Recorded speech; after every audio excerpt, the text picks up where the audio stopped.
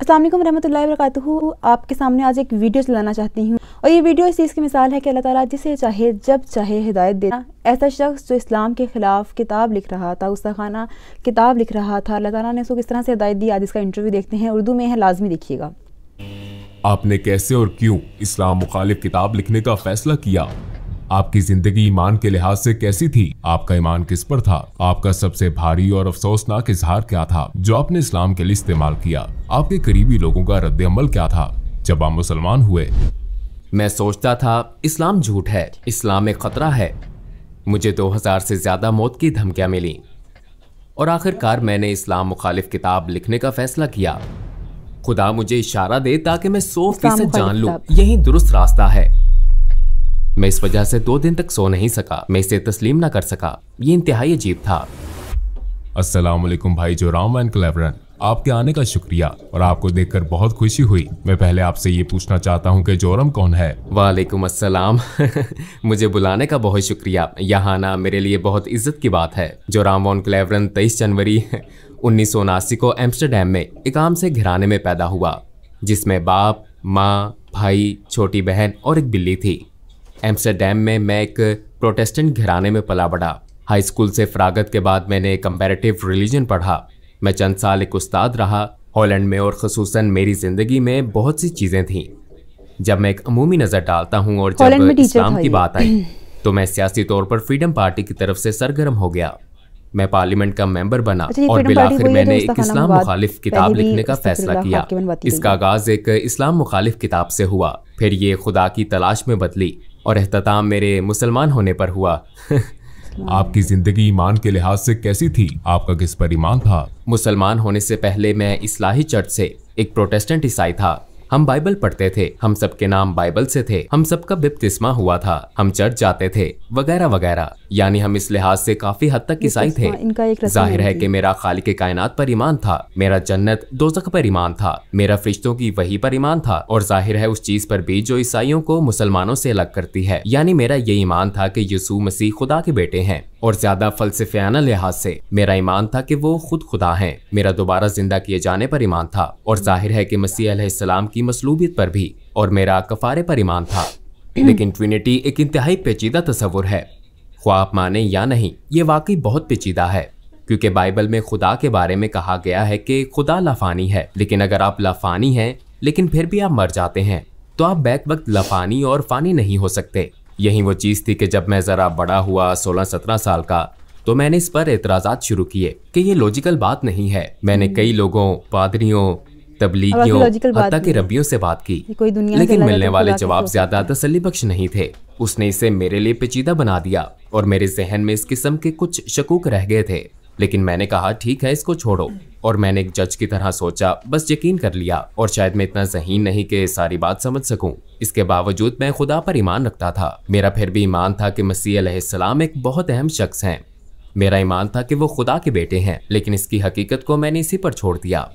आपने कैसे और क्यों इस्लाम मुखालिफ किताब लिखने का फैसला किया? हाई स्कूल के बाद मैं यूनिवर्सिटी गया और मैंने कंपैरेटिव रिलीजन पढ़ा और एक काबिल जिक्र बात मेरे ख्याल में ये थी कि मेरा कॉलेज का पहला दिन 11 सितंबर 2001 था। मेरे जहन में पहले से ही था कि अच्छा ये मुसलमान लोग वो जुनूनी किस्म के हैं और ये मजहब सच नहीं है। फिर चंद साल बाद हॉलैंड में एक शख्स थियो वान गोग था। वो एक मशहूर फिल्मसाज था और उसे सड़क पर मार दिया गया। उसे गोली मारी गई थी और उन्होंने उसका गला काटने की कोशिश की थी और उसके पेट में एक चाकू घोंपा था जिस पर अयान हर्षी अली नामी एक और लड़की के लिए एक लेटर था जिस पर लिखा था अगली बारी तुम्हारी है। लिहाजा इससे मेरे इस्लाम मुखालिफ एहसासात में इस तरह इजाफा हुआ कि मैंने सोचा मुझे कुछ करने के लिए सियासी तौर पर सरगर्म होना चाहिए और अपने मुल्क को इस बुराई या नुकसान से बचाना चाहिए। आपने इस्लाम की वजह से सियासत शुरू की? हाँ, और इसका ताल्लुक इस्लाम से ही था। यही वजह थी कि मैं एक किताब लिखना चाहता था ताकि लोगों को बता सकूं कि इस्लाम दुनिया के लिए खतरा क्यों है। जब मैं अपनी किताब लिख रहा था, जैसे कि मैंने पहले कहा, ईसाईयत से मुतल्लिक सवालात, शक व शुबहात दोबारा उभरे और जाहिर है ये सच्चाई से मुतल्लिक थे क्योंकि मैं एक ईमान वाला ईसाई था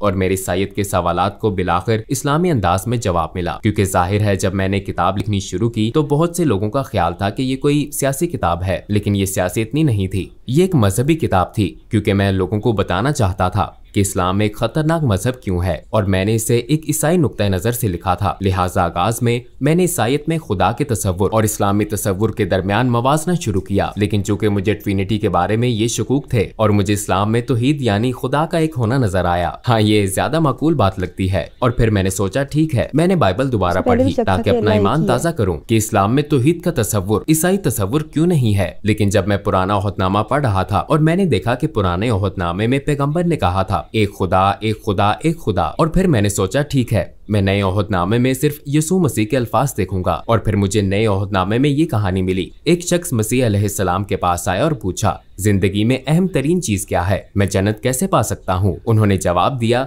दो चीजें हैं, ऐ इसराइल तुम्हारा खुदा एक है, अपने पड़ोसी के साथ ऐसा सलूक करो जो तुम अपने साथ चाहते हो। तो मैंने सोचा अच्छा यीशु मसीह भी यही बात कर रहे हैं, ऐ इसराइल तुम्हारा खुदा एक है। लिहाजा मैंने सोचा कि खुदा का ये मुकम्मल मुसलमान तसव्वुर ज्यादा माकूल लगता है, और ये वही तसव्वुर है जो मुझे पुराने और नए ओहदनामे में मिला था। और मैंने जाना कि ईसाईयत बतौर मजहब कुछ और सिखाती है, लेकिन ये खुदा का वो तसव्वुर नहीं है जो मुझे बाइबल में मिला। चनाचे कई हफ्तों के मुताले, हर किस्म की किताबें पढ़ने, फिर दोबारा पढ़ने के बाद मैंने सोचा ठीक है, शायद खुदा की यकताई ही वो चीज है जो हक है। तो इस तरह इसका आगाज हुआ।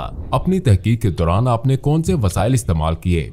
चूंकि मैं काफी हैरान परेशान था, लिहाजा मैंने उन मजहबी मामलात पर कई अथॉरिटीज को खत लिखे, और एक तहरीर मैंने शेख अब्दुल हकीम मुराद को लिखी थी जो कैम्ब्रिज यूनिवर्सिटी के प्रोफेसर हैं। ये जाहिर है एक लिहाज से बड़ी अजीब बात थी, क्योंकि मैं पहले एक सियासतदान था, फिर भी मैं इस्लाम मुखालिफ मकसद से इस्लाम के खिलाफ एक किताब लिख रहा था, और मैं दूसरे मुल्क के मुसलमान प्रोफेसर से पूछ रहा हूँ क्या आप मेरी मदद कर सकते हैं। लिहाजा मैंने उन्हें बताया कि मैं एक किताब लिख रहा हूँ, मेरे जहन में बहुत से सवालात हैं। लिहाजा सादा अल्फाज में मैंने कह दिया कि मैं क्यों सोचता हूँ इस्लाम दहशतगर्दी को फरोग दे रहा है, ये औरत, ईसाईयत और दूसरी चीजों का मुखालिफ क्यों है। और शायद 6 हफ्तों बाद उन्होंने मुझे एक तफसीली ईमेल भेजी और बराह रास्त समझाना शुरू किया। मेरे बहुत से सवालों के जवाब दिए, लेकिन मुझे ये भी कहा गया कि आपको ये आर्टिकल पढ़ना होगा, ये किताब वो किताब पढ़नी होगी, उस शख्स से पूछना होगा। उनके समझाने का अंदाज बहुत तफसीली था, लेकिन बिलाखिर तमाम किताबें और मज़ामीन पढ़ लेने के बाद मैंने पुराने ओहदनामे के पैगंबरों और मोहम्मद सल्लल्लाहु अलैहि वसल्लम के दरमियान मवाजना किया। अब मेरे पास कोई एतराज ना था कि वो सब पैगंबर हैं और ये नहीं है, और मैंने सोचा अच्छा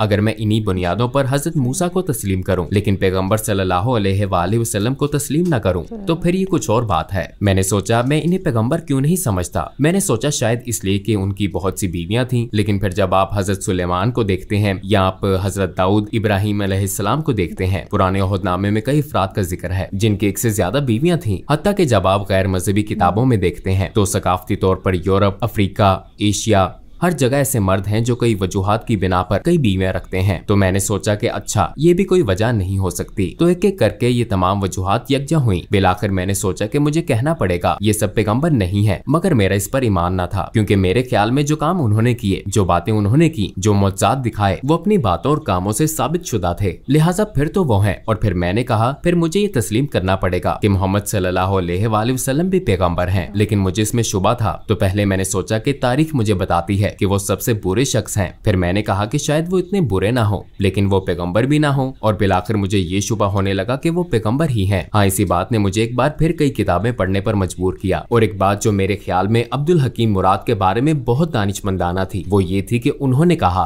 तुम इस्लाम मुखालिफ दलाइल पर जो किताबें पढ़ते हो वो गैर मुस्लिमों ने लिखी हैं। अगर तुम ईसाईयत के बारे में मजीद जानना चाहते हो तो मुल्हिदों की किताबें ना पढ़ो, बल्कि ईसाइयों की लिखी किताबें पढ़ना शुरू करो। वो इस पर क्यों ईमान रखते हैं, उनके दलाइल क्या हैं। लिहाजा इस्लाम के हवाले से भी तुम्हें यही करना चाहिए। इस्लामी असातिज़ा, इस्लामी उलमा वगैरह की लिखी हुई किताबें पढ़ना शुरू करो, और फिर एक ही मौजू पर मुसलमान और गैर मुस्लिम मुसन्निफीन की किताबों का मुवाजना करके तुम देख सकते हो कि कहाँ उन्होंने गलत मोड़ लिया, कहाँ अल्फाज का गलत अंदाज में तर्जुमा किया। बाज़ मर्तबा गैर दानिस्ता तौर पर वो नहीं जानते कि कहाँ चीजें शामिल हुई, कहाँ खारिज हुई। लिहाजा बिलाखिर आपको एक नया मजहब तश्कील पाता हुआ नजर आता है, सिर्फ इन्हीं तमाम बातों की वजह से। और मैंने यही किया। मैंने पैगंबर सल्लल्लाहु अलैहि वसल्लम की जिंदगी पर भी यही किया। मैंने मार्टिन लिंक्स की किताब पढ़ी, the life of the profit, जो मोहम्मद सल्लल्लाहु अलैहि वसल्लम के इब्तदाई माखज पर मबनी थी। और जाहिर है ये एक नो मुस्लिम ने लिखी थी, और उसके दलाइल देने का अंदाज, उसके बताने का, लिखने का अंदाज मुझे बहुत पसंद आया, क्योंकि ये सकाफती मुमासलत थी। मसलन मैं किसी मखसूस मौजू वगैरह पर कैसे जाऊं, और पहली मर्तबा मैंने उन्हें देखा एक जंगजू के रूप में नहीं, क्योंकि मेरे जहन में उनकी यही तस्वीर थी, बल्कि मैंने उन्हें एक बाप के रूप में देखा, और उन्हें एक दोस्त, एक उस्ताद और दीगर कई रूप में देखा। और हाँ, तब मैंने उस शख्स को अपने किरदार में देखा और मैंने कहा मैं बहुत कुछ कह सकता हूँ, लेकिन ये नहीं कह सकते वो अच्छे इंसान नहीं है। चनाचे उनके किरदार ने मुझे मजीद पढ़ने और मजीद जानने पर उकसाया। अपनी तहकीक के दौरान आपको किस चीज ने सबसे ज्यादा हैरान किया? हिंदा से मुतल्लिक कहानी ने कुछ ऐसा था जैसे कोई स्विच हो, जैसे मुझे बदलना होगा। और इसकी वजह ये थी कि मैंने सोचा हिंदा वो एक दुश्मन अबू सुफियान की बीवी थी और एक तरह से उसने नबी के महबूब चचा हमजा रजी अल्लाह अन्हु को कत्ल करने के लिए रकम दी थी। और मैदान जंग में ऐसा हुआ वो शहीद हो गए, हत्ता कि उन्होंने उनकी लाश के कान नाक काट कर हर जगह घुमाए और लाश की बेहुरमती की। बिलाशुबा पैगम्बर सल्लल्लाहु अलैहि वसल्लम इस वाक़े से बहुत गमगीन थे और फिर कई साल बाद वो ताकतवर हो गए। वो मक्का में बरसरे इक़्तिदार आ गए और फिर वहाँ हिंदा मौजूद थी और मैं ये किताब में पढ़ रहा था और मैंने सोचा कि अच्छा अब इसे मसलूब किया जाएगा, इसके हाथ काटे जाएंगे या कोई और सजा दी जाएगी। लेकिन उन्होंने कहा अभी मैं इसकी शक्ल नहीं देख सकता, लेकिन सबको माफ कर दिया गया है और अगर तुम यही मुसलमानों के साथ रहना चाहती हो तो ऐसा मुमकिन है और अगर नहीं तो जा सकती हो, लेकिन अब खून रेजी खत्म हो चुकी है। और मैंने सोचा कि उसे माफ कर दिया गया। अगर आप अपने रिश्तेदार के कातिल को माफ कर सकते हैं, खसूसन अपने महबूब चचा के कातिल को जिसने लोगों के सामने उनके जिस्मानी अज़ा की नुमाइश की हो आपकी और आपके नजरिए की तहकीर के लिए, तो इसका मतलब है कि आपका किरदार बहुत अजीम है। ये बहुत बड़ी खूबी है, ऐसी खूबी जो बहुत नायाब है और उन्होंने यही किया। तो मैंने सोचा हाँ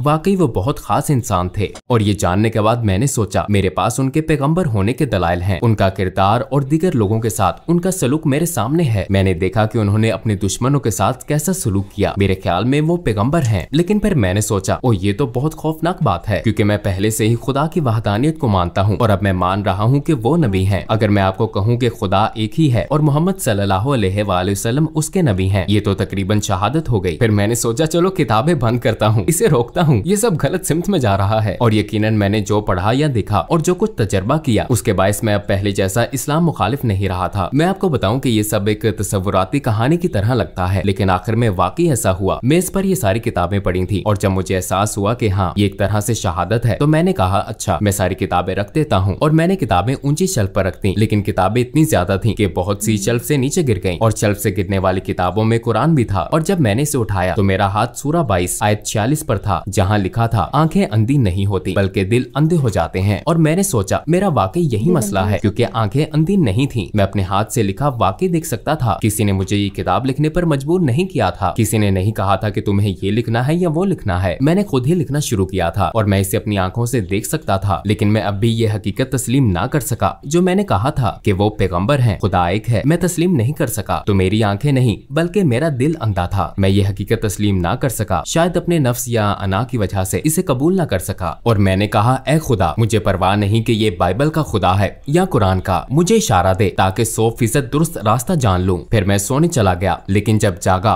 तो मैंने खुद को बहुत महफूज महसूस किया। मैं वाकई बहुत महफूज महसूस कर रहा था। मैंने कभी किसी हवाले से इतना महफूज महसूस नहीं किया। मेरा सारा इस्तराब और शक व शुबहात खत्म हो गए थे, सूरज के सामने बर्फ की तरह। और मैंने खुद से कहा शायद मैं मुसलमान हो गया हूँ। फिर जाहिर है मुझे दूसरे लोगों को भी बताना था। आपके इर्द गिर्द के लोगों का क्या रद्द-ए-अमल था जब आप मुसलमान हुए?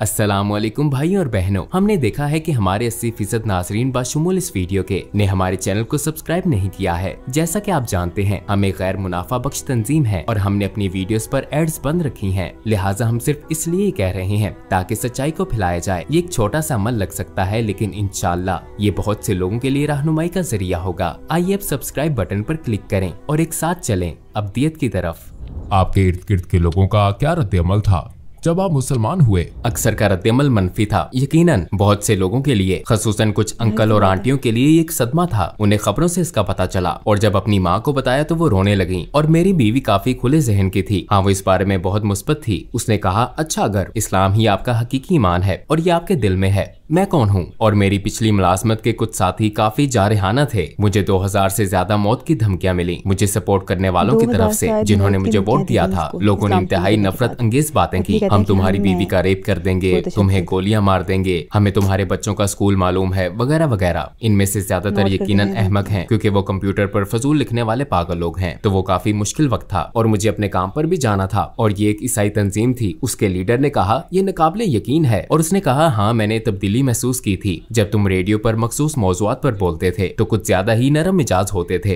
पहले की तरह सख्त नहीं। तुम मुसलमान हो रहे थे और जब मैंने कहा हाँ मैं मुसलमान हो गया था तो उसने कहा कि मैं इस वजह से 2 दिन तक सो नहीं सका। मैं इसे तस्लीम न कर सका। ये इंतहाई अजीब था, लेकिन मेरे लिए सबसे मुश्किल काम अपने दादा को बताना था क्योंकि मेरे दादा मरने वाले थे। उनकी उम्र तकरीबन 93-94 साल थी और वो घर में बिस्तरे मर्ग पर थे। मुझे उन्हें बताना था और मेरी माँ ने मुझे कहा था तुम्हें बताना होगा कि तुम्हारे दादा उनके वालिद थे। तो मैंने कहा अच्छा तो फिर आपको मेरे साथ आना पड़ेगा। वो एक ढाल की तरह थे और मैंने सिर्फ इतना कहा कि दादा मैं मुसलमान हो गया हूँ और फिर उन्होंने अपनी आंखें बंद कर ली और मैंने सोचा कि उनकी सांसें बंद हो गई हैं क्योंकि वो बहुत बूढ़े थे और कुछ देर के लिए वाकई उनकी सांसें रुक गईं और फिर वो दोबारा सांस लेने लगे और उन्होंने मेरी तरफ देखा और कहा चलो कम से कम तुम कैथोलिक तो नहीं बने। तो ये बहुत मजाहिया बात थी। और आखिरी बात रेडियो में मेरे पुराने बॉस ने कहा अच्छा हमें क्या मालूम कि कल को तुम हिंदू या कुछ और बन जाओ। तो मैंने उससे कहा कि मैंने कभी मजहब मुंतखब नहीं किया, ऐसा एक ही बार हुआ जब मैं मुसलमान हुआ था। इससे पहले मैंने अपना मजहब मुंतखब नहीं किया था। मैं एक ईसाई घराने में पैदा हुआ, मेरी परवरिश एक ईसाई तरीके से हुई और मैं बहुत मशकूर हूँ उन तमाम अच्छी चीजों के लिए जो इससे मुझे मिली। लेकिन ये मेरा फैसला नहीं था और सिर्फ एक बार जब मैंने फैसला किया तो वो मेरा मुसलमान होने का फैसला था। और ये सबसे ज्यादा, जैसा मैंने कहा, मुझे लगता है ये मेरा सबसे अहम फैसला था और मेरा सबसे अक्लमंदाना फैसला था। मैंने कभी एक फैसला करने में साल नहीं लगाए सिवाय मुसलमान होने के। जब आपने अपनी पहली नमाज पढ़ी तो कैसा लगा? यकीनन ये एक खूबसूरत लम्हा था, लेकिन बहुत अजीब भी था क्योंकि ईसाईयत में आपको इस तरह इबादत करने की आदत नहीं होती। आप हाथ जोड़कर इबादत करते हैं और शायद घुटनों के बल अपने हाथ वगैरह के सामने बैठकर। लेकिन मुझे ये बहुत खूबसूरत लगता है कि आप वाकई सजदा करते हैं, आप वाकई अपने रब के आगे निहायत आजिजी से झुकते हैं। तो मेरे ख्याल में ये बहुत आजिजाना और खूबसूरत अदा है और हाँ, इससे मुझे बहुत खुशी महसूस हुई।